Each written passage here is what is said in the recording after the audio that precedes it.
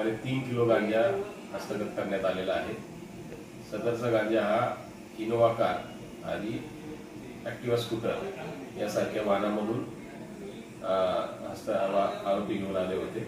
विक्रीच्या उद्देशाने सदरचा अंमली पदार्थ आणला असताना छापा टाकून सदरचा मुद्देमाल एक 2 वाहनं आणि 3 किलो गांजा असा पत्करे ताब्यात घेण्यात आलेला आहे। आरोपीचं नाव त्याच्यामध्ये एक आरोपीला सध्या अटक करण्यात आलेली असून आरोपी सध्या पोलीस कोठडीमध्ये आहे आणि इतर 2 पाहिजे फरारी आरोपी त्यांचा शोध सुरू आहे। आरोपी काय करतो, त्याची काय पार्श्वभूमी?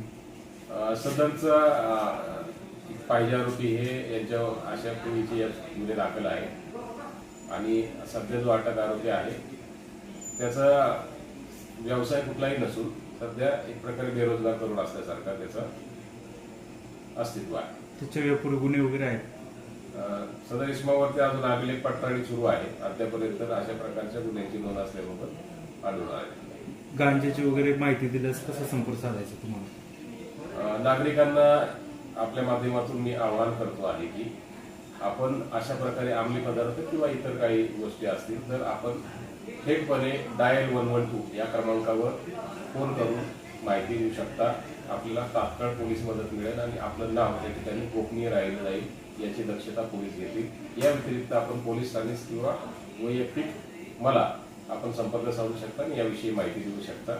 माननीय पोलीस अधीक्षक पुणे ग्रामीण आणि इतर वरिष्ठ अधिकारी यांचं drugs say no to drugs या पद्धतीच्या स्लोगनवरती काम सुरू असून 0 टॉलरन्स त्याबाबत वरिष्ठांनी सांगितलेलं आहे। त्या दृष्टीने कारवाई सुरू आहे। सबस्क्राईब करा। ताज्या बातम्यांसाठी बेल आयकॉनवर क्लिक करा।